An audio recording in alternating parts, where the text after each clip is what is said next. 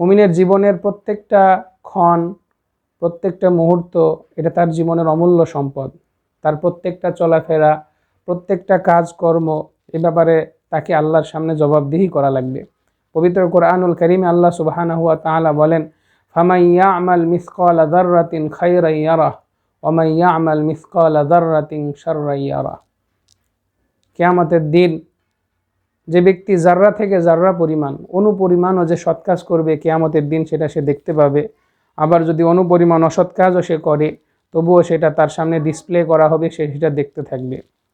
সূরা কাহাফের মধ্যে আল্লাহ সুবহানাহু ওয়া তাআলা বলেন, কিয়ামতের দিন যেদিন জালেমদেরকে তার আমলনামা হাতে দিয়ে দেওয়া হবে, তখন তারা তাদের আমলনামা দেখে আটকে উঠবে এবং তারা বলবে, মালি হাদাল কিতাব লা ইউগাদিরু সগীরাতান ওয়ালা কাবীরাতান ইল্লা আহসাহা। এটা কোন কিতাব? এই কিতাবের কি হলো যে ছোট থেকে ছোট কাজও এই কিতাব লিপিবদ্ধ করতে ছাড়ে নাই। এই জন্য আমাদের জীবনের প্রত্যেকটা চলাফেরা এটা আমাদেরকে খেয়াল করতে হবে যে এটা শরীয়ত অনুমোদিত কিনা। তো বলছিলাম আগামীকালকের উৎসব সম্পর্কে, 31st নাইট যেটাকে বলা হয়। আমরা জানি এই দিবসে কি কি কাজগুলা আমাদের সমাজের মধ্যে করা হয়। গান বাজনা, আতশবাজি, পটকা ফোটানো, ডিজে পার্টি, নাচ গান, এমনকি বিভিন্ন বারগুলাতে, নাইট ক্লাবগুলাতে, আবাসিক হোটেলগুলাতে এর হাটকে কেন্দ্র করে চলে অবাধ মদ্যপান, চলে জেনা ব্যভিচার, যেগুলো এমনিতেও শরীয়তের দৃষ্টিতে অনেক গর্হিত কাজ। সব থেকে বড় কথা হলো এই যে কালচার, এই যে সংস্কৃতি, এই যে দিবস উদযাপন, এটা কখন থেকে শুরু হয়েছে? আমরা ইতিহাস ঘাটলে দেখি প্রাচীন রোমান সাম্রাজ্যের লোকেরা জুলিয়ান ক্যালেন্ডার অনুযায়ী 1 জানুয়ারিকে তারা বছরের প্রথম দিন গণ্য করত। সেই হিসেবে তারা এই দিনটাতে জানুস নামের একটা দেবতা, যার 2টা মুখ ছিল, তাদের ধারণা অনুযায়ী এই দেবতার 2টা মুখ, একটা থাকে অতীতকালে আর একটা থাকে ভবিষ্যৎকালে।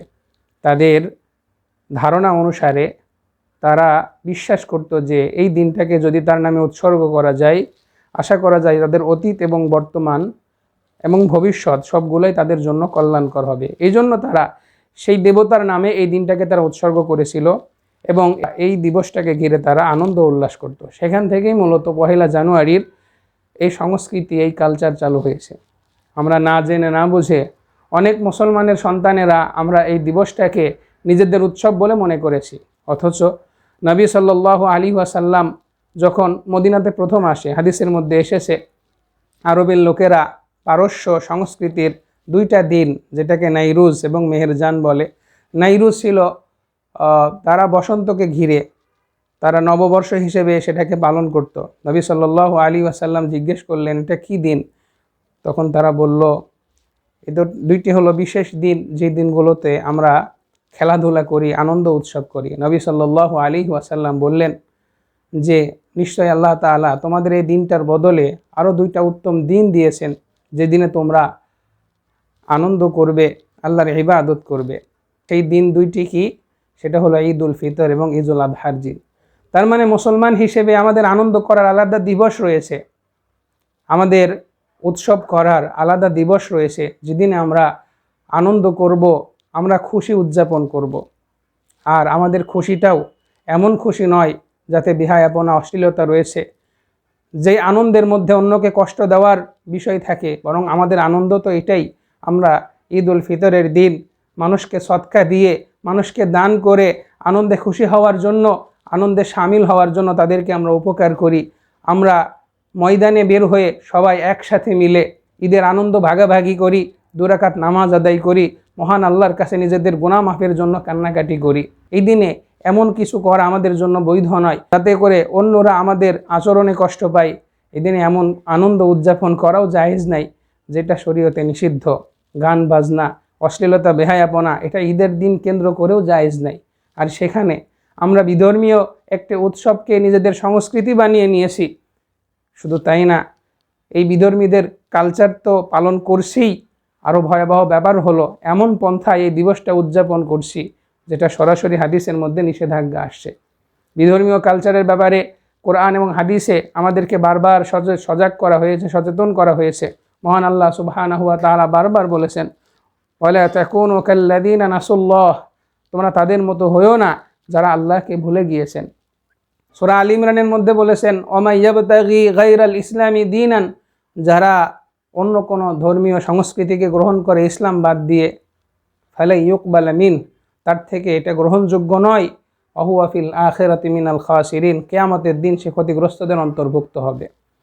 এছাড়াও হাদিসের মধ্যে আসছে, মান তাশাব্বাহা বিকওমিন ফাহুয়া মিনহুম, যে ব্যক্তি বিধর্মীয় কোনো কালচার রীতিনীতি অনুসরণ করে, আল্লাহ নবী মুহাম্মদুর রাসূলুল্লাহ সাল্লাল্লাহু আলাইহি ওয়াসাল্লাম বলেছেন সে তাদেরই দলভুক্ত হয়ে কিয়ামতের দিন দাঁড়াবে। সূরা হুদের মধ্যে আল্লাহ সুবহানাহু ওয়া তাআলা বলেছেন, ওয়ালা তারকানু ইলাল্লাযীনা যালামু ফাতামাসসাকুমুন নার, তোমরা জালেমদের দিকে ধাবিত হও না, তারা যে কৃষ্টি কালচার, তারা যে সংস্কৃতির উদযাপন করে, তোমরা তাদের সেই কালচারকে গ্রহণ করো না, তাহলে তোমাদেরকে জাহান্নামের আগুন স্পর্শ করবে। দ্বিতীয় কারণ হলো যে অবৈধ পন্থায় এই দিবস উদযাপন করা। আমরা জানি গান বাজনা ইসলামের মধ্যে নিষিদ্ধ, জেনা ব্যভিচার নিষিদ্ধ, মদ্যপান নিষিদ্ধ। এক হাদিসের মধ্যে রাসূলুল্লাহ সাল্লাল্লাহু আলাইহি ওয়াসাল্লাম বলেছেন, আমার উম্মতের কিছু মানুষ তারা মদ পান করবে, ওয়ুসাম্মুনাহা বিগাইরি ইসমিহা, তারা মদের অন্য নাম দিয়ে তারা পান করবে। আমরা জানি বর্তমান সমাজে বিভিন্ন নেশাজাতীয় দ্রব্য আছে যেগুলাকে আমরা অন্য নামে চিনি, মদের নামে আমরা খাই না।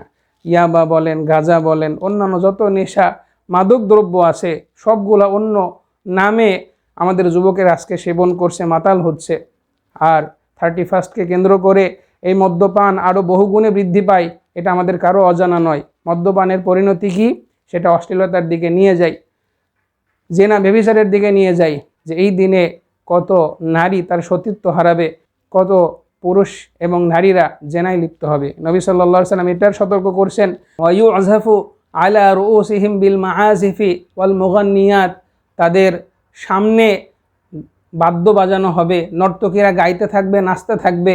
আল্লাহ নবী মুহাম্মদুর রাসূলুল্লাহ সাল্লাল্লাহু আলাইহি ওয়াসাল্লাম বলেছেন, ইয়াখসিফুল্লাহু বিহিমুল আরদা ওয়া ইয়াজআলা মিনহুমুল কিরাদাতা ওয়াল খানাসির, আল্লাহ তাআলা তাদের সহ জমিনকে ধসিয়ে দিবেন এবং তাদেরকে শূকর এবং বানরে পরিণত করবেন। যেইভাবে এই দিবসটাকে উদযাপন করা হয়, নিঃসন্দেহে এটা নিষিদ্ধ। এই দিনটাতে পটকা ফানুস ওড়ানো হয়। আমরা বিগত বছরগুলোতে দেখেছি এই ফানুস ওড়ানোর কারণে অনেক সময় আগুন লেগে মানুষের ক্ষতি হয়।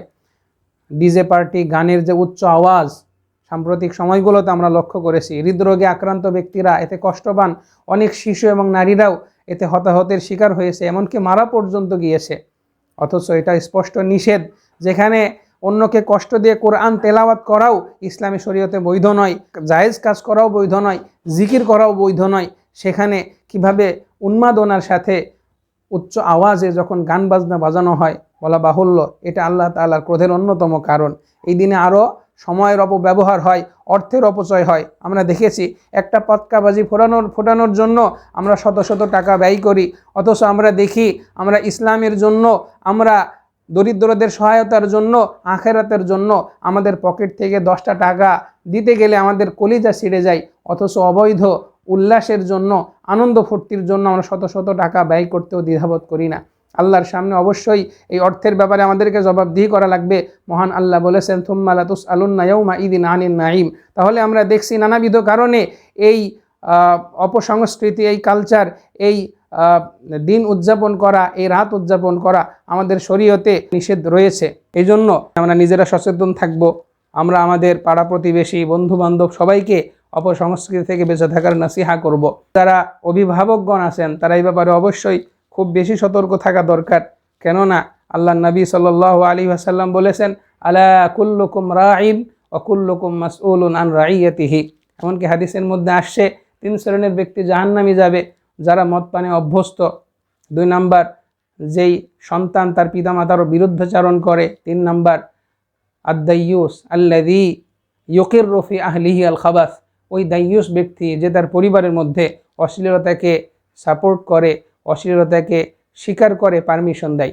এই জন্য সচেতন অভিভাবক তারাও আল্লাহর কাঠগড়ে দাঁড়ানো লাগবে। আমার সন্তান কোথায় যাচ্ছে, কার সাথে মিশছে, আমি আমার সন্তানের যে টাকা হাত খরচ দিচ্ছি সেটা সে কোন কাজে ব্যয় করছে, এটার খোঁজ খবর নেওয়া একজন সচেতন পিতার জন্য দায়িত্ব, কর্তব্য। এজন্য অভিভাবকরা আমরাও সচেতন থাকব। আর যদি এত কিছু বলার পরেও আমরা না শুনি, আমরা না বুঝি, কোরআন আমাদেরকে বলে গিয়েছেন, আগেই বলে দিয়েছেন, লাহুম কুলুবুন লা ইয়াফকাহুনা বিহা ওয়া লাহুম আয়ুনুন লা ইউবসিরুনা বিহা ওয়া লাহুম আযানুন লা ইয়াসমাউনা বিহা। তাদের অন্তর আছে কিন্তু অনুধাবন করে না, চোখ আছে দেখে না, কান আছে শোনে না। উলাইকা কাল আনআম, তারা পশুর মতো, বাল হুম আদল। আল্লাহ তাআলা আমাদেরকে এ থেকে বোঝার তৌফিক দান করুন। বিজাতীয় এই অপসংস্কৃতি সহ নানা ধরনের অশ্লীলতা, আল্লাহ নাফরমানি থেকে আল্লাহ তাআলা আমাদের সবাইকে বিরত থাকার তৌফিক দান করুন। ওয়া আখিরু দাওয়ানা আলহামদুলিল্লাহি রাব্বিল আলামিন।